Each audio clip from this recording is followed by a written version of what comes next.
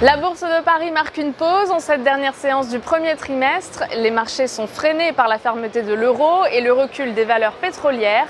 Et peu avant la fermeture, le CAC 40 perdait 1,32% à 4385,80 points. Dans l'actualité aujourd'hui, Morel et Prom, qui est tombé dans le rouge en 2015. La compagnie pétrolière française a été pénalisée par la chute des cours du pétrole, avec l'an dernier une perte nette de 95 millions d'euros.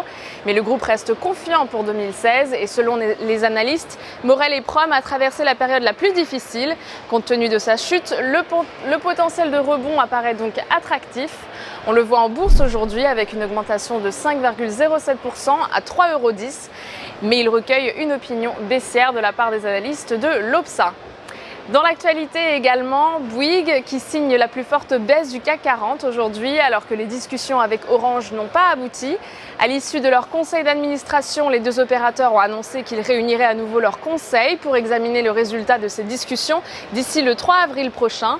Et peu avant la clôture, le titre perd 3,29% à 35,98 €, mais il recueille tout de même une opinion haussière de la part des analystes de l'Opsa.